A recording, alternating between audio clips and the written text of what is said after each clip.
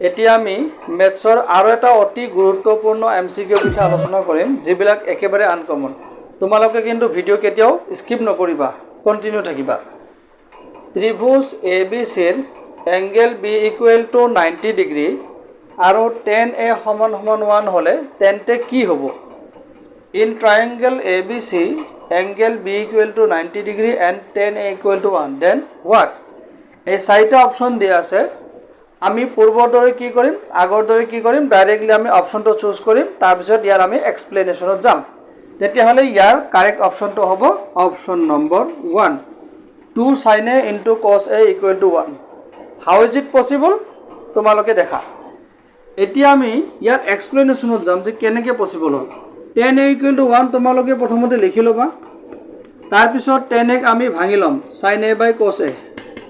তাৰ পাছত sin A by cos A = আমি কি লিখিম 1 ৰ ঠাইত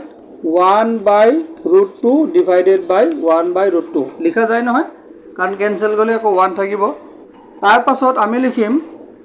লবটো লবৰ সমান হৰটো হৰৰ সমান নিউমাৰেটৰ = নিউমাৰেটৰ ডিনোমিনেটৰ = ডিনোমিনেটৰ তেতিয়া হলে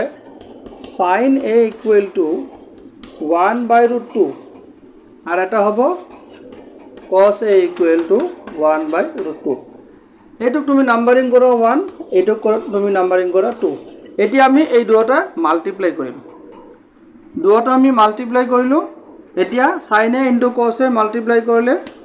sin A * cos A থাকিব ইয়াত কোনো চেঞ্জিং নাই